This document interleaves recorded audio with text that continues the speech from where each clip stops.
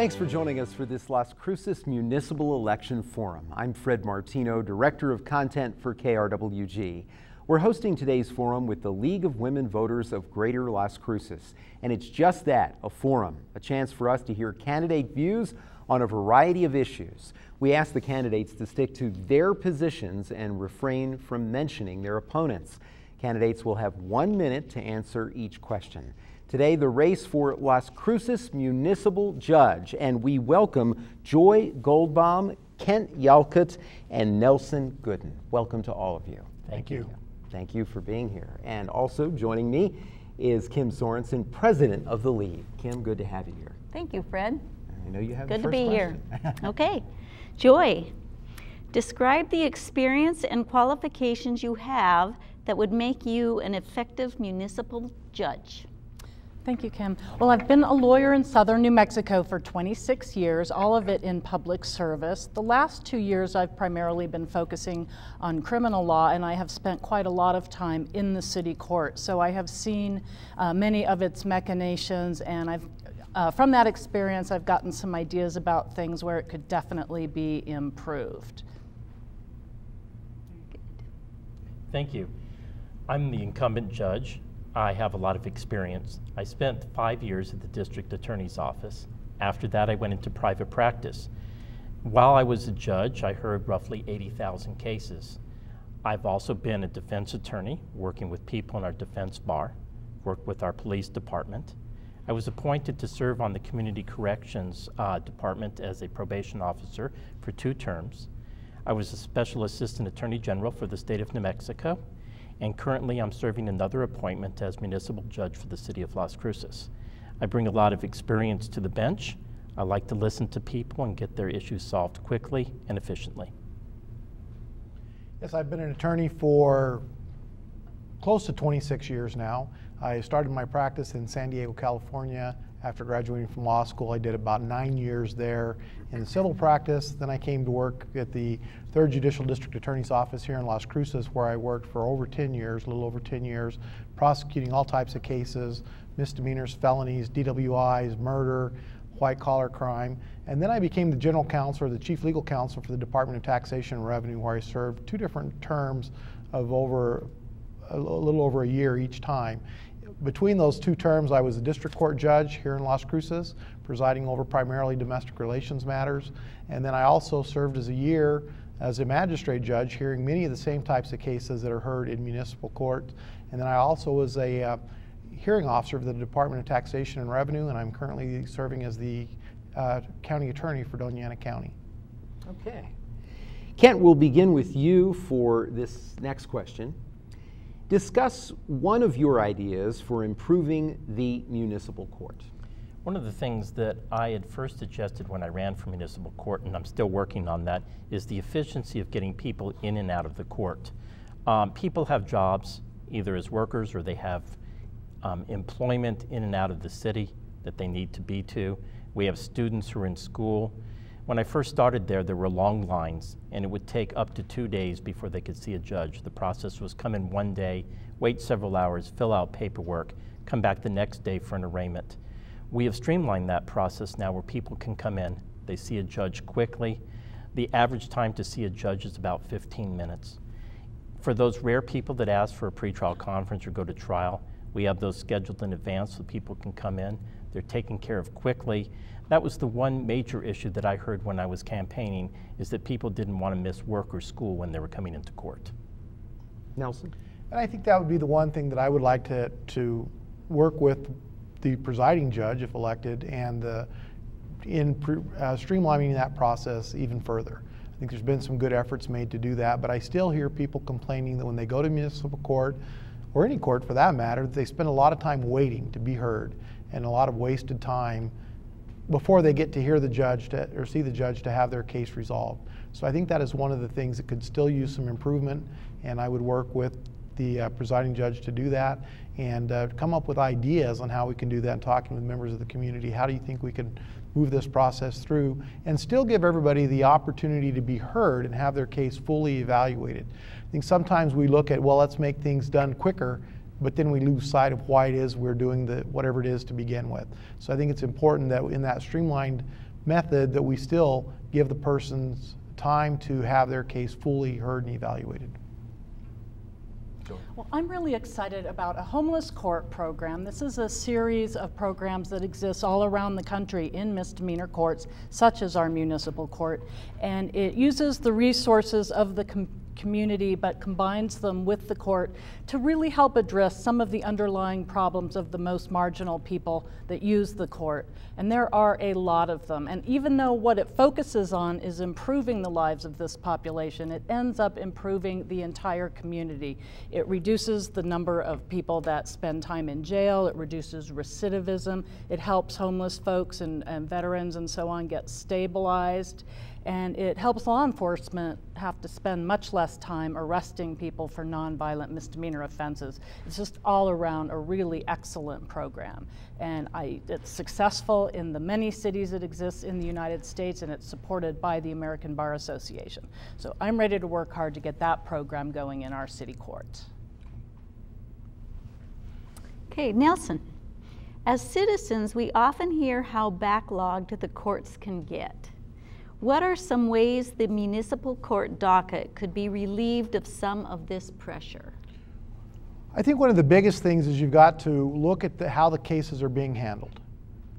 You know, we often hear people say, well, if we quit citing people or quit arresting people, that'll cure the problem. Well, that may or may not, because the citations and the arrests are done for a purpose. When I was working at the Department of Taxation and Revenue as chief legal counsel, when I started working there, we had a backlog of over 1,300 protests, tax protests that were part of my department. And some of those protests were over 10 years or close to 10 years old. And within the time period that I was there, when I left there the last time, we had reduced that number to under 300. And the way we did that was by buckling down, working the cases, and getting things done. And that's what I would do here as well. If there's a backlog, first you've got to evaluate it and see where that backlog is, look at how it can be reduced, how can you effectively work it and move it along while still giving people the opportunity to be heard. Well, the backlog, like many other problems in the court, again can be addressed by the homeless court program. One of the great benefits of it is it does reduce the number of open cases that can't be resolved by the court, and some of those cases languish for months or years, and witnesses move away or die, and those cases can't ever be closed. The homeless court, one aspect of it is it takes the court to where the people who miss court the most are. In our case, that would be the community of Hope, which is fully on board with this program. Once a month or so, you hold court there, you offer safe surrender, a promise that people working with us will not be arrested, and it enables the court to close cases much, much faster with a much better result overall. Thank you. We have no backlog in the Las Cruces Municipal Court as it stands right now. The way it works is when there's almost no arrests. There are only 3 arrestable offenses that we have currently in the Las Cruces Municipal Court. 2 others will be added starting in January, but right now it's battery, negligent use of a firearm, and some sort of violent attack with regard to our police department. Outside of that, everybody else is just given a ticket. They're cited in. When people come to the court, they have an arraignment. At that period of time, they have an opportunity to plead guilty, not guilty, or no contest. For the few who plead not guilty, they are set for a pretrial conference. Pretrial conference is set 3 weeks from the date of the arraignment. That is the absolute case. Of those, most of those are resolved. In the last 12 months, I've had 14 trials. We average basically 1 trial per month. We have no backlog. Things are working great, and I'd like to see it stay that way. Okay, thank you. We want to remind our viewers that our questions were submitted by the public to our feedback email. We also encourage your feedback on our forums as we continue our efforts to improve public knowledge of public policy in our community. Our next question, we begin with Joy, and Joy, the question is this: what practices do you believe are necessary to ensure that each person coming before the court receives a fair trial? I think judicial temperament is really critical, and that consists of the ability to be fair and impartial, the ability to be patient and calm, to listen well, and to treat people respectfully. I believe that with those qualities, it's very easy to manage a court docket and a very busy schedule, because if people feel that they're being respected, they will generally show respect in return. Thank you. So we basically have two types of cases in the municipal court. We have traffic cases, which are about 50% of the caseload, and we have petty misdemeanors, which come from shoplifting, driving with a suspended license, and also codes cases. For those cases, everybody is treated with respect. Everybody has a voice, and they should be heard, and they are by our court. Most of the cases I had stated earlier are resolved quickly. For the ones that are not, and for the ones that want to go to trial, we take a look at a number of aspects. We look at, do they have a tie to the community? Will they show up in court? What is their financial status? Do they need a free attorney appointed to them? Those are all the type of things you look at. You have to be fair and impartial, and I think that anybody on this panel would do that. In addition to that, you have to look at the factors of each person, their economic status, whether they need an attorney, as I stated, and whether they should have the opportunity to be able to appear in court and have their matters heard. When I was first appointed as district court judge back in 2012, I had sent an email to one of my mentors in San Diego, one of the attorneys that I first worked with. I had started working with him when I was in law school, and I told him I'd been appointed as a judge. And he sends me back and he goes, "Can I offer?" He says, "Your Honor," and I had not been sworn in yet. He says, "Can I offer you a piece of advice?" And I responded back, "Of course." And he says, "Don't forget who it's about. It's not about you. It's about the individuals that are appearing in front of you. Whether they come in disheveled, whether they come in and can't communicate real well, or whether they have the most high-powered attorney coming in to represent him." He says, "Just remember, it's not about you. It's about them and how that particular matter affects their lives." And I thought that was a good piece of advice, something that I tried to implement as a district court judge and as a magistrate court judge, and something that I would try and implement continually as a municipal court judge as well. Okay, Kent.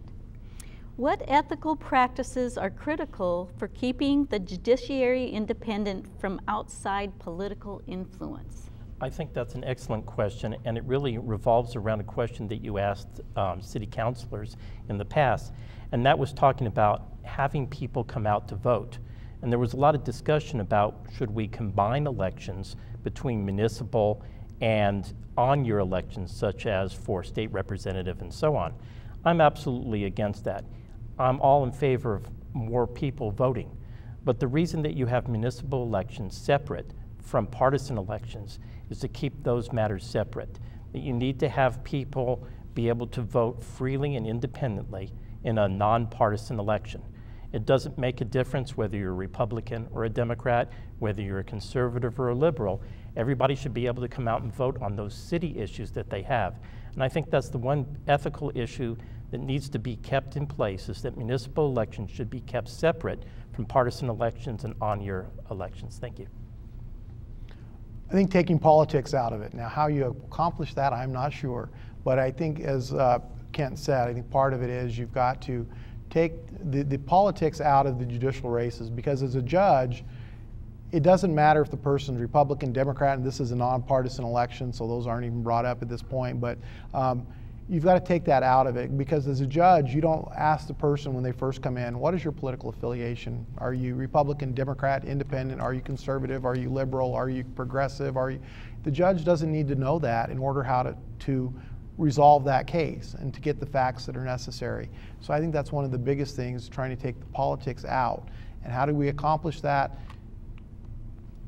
I think that's a good question. I wish I knew the answer to that a little bit better, but I think that's something that we should also be striving for, especially in the judicial elections.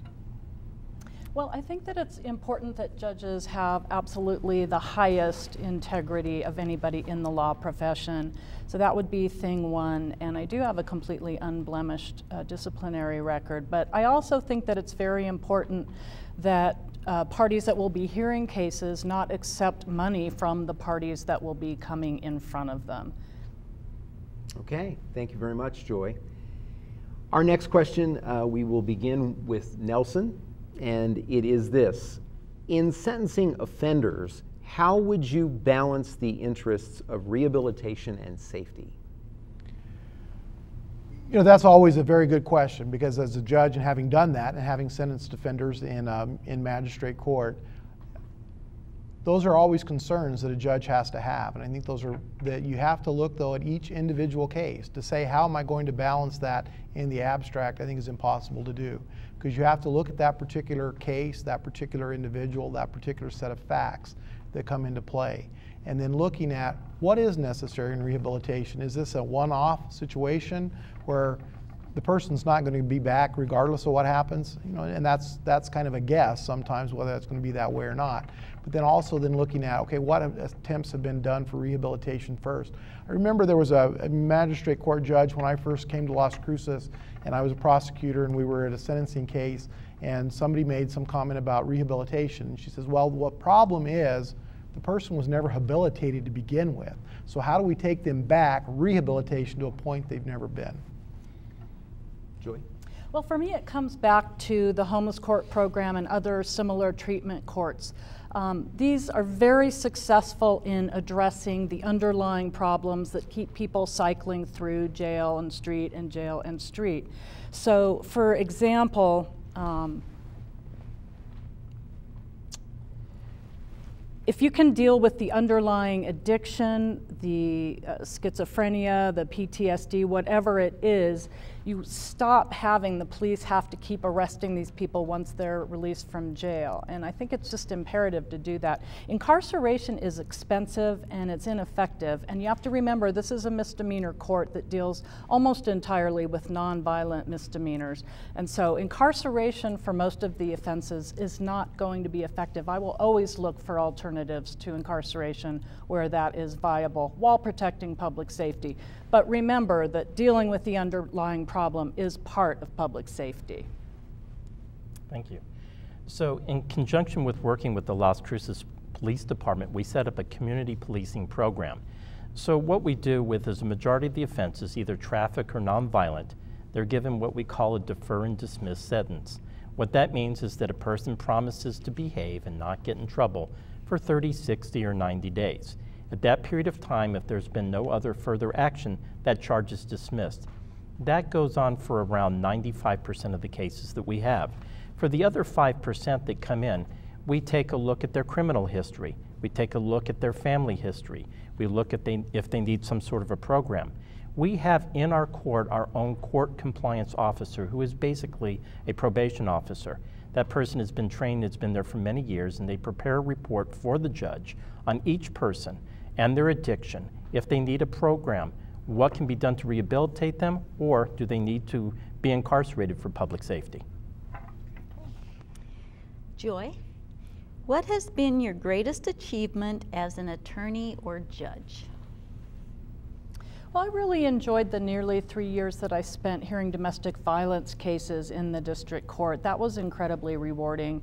I learned an awful lot about the cycle of domestic violence, and I feel that I was able to help a number of people. Of course, it's frustrating in that court as well. Some of the dynamics for victims is that once they've escaped the initial violence, they hesitate to actually pursue the charge. And so I think that was something that courts will always have to deal with and be a little bit frustrated by. But overall, it was just enormously gratifying to feel that I was helping families, children, and battered victims. Thank you. So it may not be exactly what I've done as a judge, but how you're perceived as a judge. And one of the things you do as a politician is you go to door, and you don't know who you're going to meet when you're going there. And a lot of times you run into people, and they tell me, you were the judge in my case, and the first thing I ask them was I good to you? I have had no problems with that. I am very pleased with the public response I get as a judge. I try to be fair and impartial to every person, listen to their case. I found out early on that it's not the decision, but it's how you listen to them and treated them. And I think my greatest accomplishment as a judge, and what I'm most proud of, is the fact that I can go out in public after hearing about as many cases as our population is here in the city, going to stores, to businesses, going door to door, and receiving a positive feedback from everybody that I've seen. One of the most rewarding experiences I had as a judge was being able to bring two people together to talk through their issues and their problems. I had a case when I was in magistrate court that between two elderly gentlemen had been friends for over 40 years, and they got into a squabble with each other about how they were going to, who was fixing the other's truck and how they were going to pay for it. And they came into my courtroom and I asked them, I said, gentlemen, is there any way you can resolve this, or do I need to make a decision for you? And they're like, no, Judge, you need to make the decision. So I heard the evidence in the case, and I don't know if they're watching, but I will tell you, I have no idea how I was going to rule in that case. I was completely conflicted having heard the evidence. And so I sat there for a few minutes. I said, well, gentlemen, I'm going to take a break. I'm going to go in the back room, and I'll be back out and make a decision unless you would like some time to speak. And they, so I went back, and about 5 minutes later I came out and they said, Judge, can we speak for a few minutes? And they were able to resolve that case by themselves. And then after that they said, well, Judge, you're one of the wisest people we've ever met to get us together and talk. I don't know how wise I was, but I got them together to talk. Okay. Our next question, and we begin with Kent on this one. What is the difference between the letter and the spirit of the law, and as a municipal judge, how would you balance the two? Okay. So the letter of the law comes from the laws that were given by the Las Cruces City Council. There's a Las Cruces Municipal Code, and it basically prescribes what you can do as a judge. You're somewhat limited what you can do. But the spirit of the law and what it was meant to do is something completely different. And I think one of the examples I'd like to give is that in years past we handled cases with New Mexico State University for their parking department. Often students would be ticketed for offenses that technically may have been wrong. We had the president of a sorority who was ticketed for parking in her own spot just because her placard was at a slight angle. We had students who were often ticketed for parking 18.5 inches from the curb instead of 18. As a judge, you took a look at the spirit of the law. It was meant to protect public safety, not to harass people, to allow people to do what they're supposed to do. And as a judge, I dismiss those cases because the spirit of the law is to protect people, not to punish them. Nelson? I think the spirit of the law is really taking the letter of the law and applying it, but putting in some common sense to it as well. Now, but I don't think the judges have the discretion to do something that is contrary to what is written in the letter of the law. There are some areas where there's some discretion in sentencing and things of that nature, but if there's a violation of the law, that is the letter of the law, that has to be applied. Now, you can deal with what is the intent of that and the purpose of it when you get to the next stage into dealing with the sentencing. So I think the spirit of the law to me has always been able to take the letter of the law and apply it, but then using reason and common sense as to the application or the sentencing that might take place later on. Well, I generally agree with what my colleagues have said. I think that the black and white law on the page is the letter of the law, and the spirit of the law is the sort of fuzzy margin around it where a judge does have a little bit of discretion after listening to all of the evidence and all of the parties to make a decision that is based on the law but is also sound and fair and equitable. Okay, Nelson. What are two important factors in evaluating the performance of a municipal judge? I think number one is the ability to communicate with individuals. And as a judge, you're listening a lot more than you're talking, or at least you should be, because you need to get the evidence or the information that you need. But I think by the way that you listen is a form of communication in my view. And so if you're listening to people and letting them tell you what they need to hear that is legally relevant for the case, I think that's one of the most important things. And the second part is how you treat people in the courtroom itself. I've seen judges that were very calm and very cordial, and I've seen other ones that are the fly off the handle, if you will. And in those situations, I don't think it's helpful for anybody. And I think as Kent had said before, it's how does the person feel the way they were treated is often more important to them than what the outcome of the case was. You may find them guilty, but if they feel that you listened to them and gave them a fair shake, they're going to be happy even if the verdict was against them. Well, there's no provision in city court to excuse a judge if you believe that there's a conflict. And so I think that it's very important that the judges have a reputation for being completely fair and impartial to all sides. And of course, listening is very critical as well. I think one of the most important things you take a look at is putting everybody at ease. And there's two different parties that you see there. There's the people that come in and that are the litigants, and you also have the police department. What I started to do was two things. First, every person who comes up in front of me, I address by their first name. I talk to them, I let them know that they're there in court, I let them know that they're going to be heard, and that they'll be walking out the door as soon as we're done. A lot of people are terrified about going to court, and the first thing you want to do is put them at ease. The second thing I do with the police officers is I let them know that while public safety is important and we work with them, that the most important thing is getting cases resolved quickly, and that's why I like our program of community policing, which puts an emphasis on staying safe and keeps everybody happy when they come in and out of court. Ken, thank you very much, and thank you to all of the candidates, Joy Goldbaum, Kent Yelkut, and Nelson Gooden, running for Las Cruces Municipal Judge. It's been a pleasure having you. Thank you. Fred. Thank you. Kim Sorensen, thank you so much for our partnership with the League and this continuing effort. It's been a pleasure, Fred. Thank you so much. For all of us at KRWG, I'm Fred Martino. Early voting is underway, and Election Day is Tuesday, November 7th. Make sure your voice is heard. Have a great week.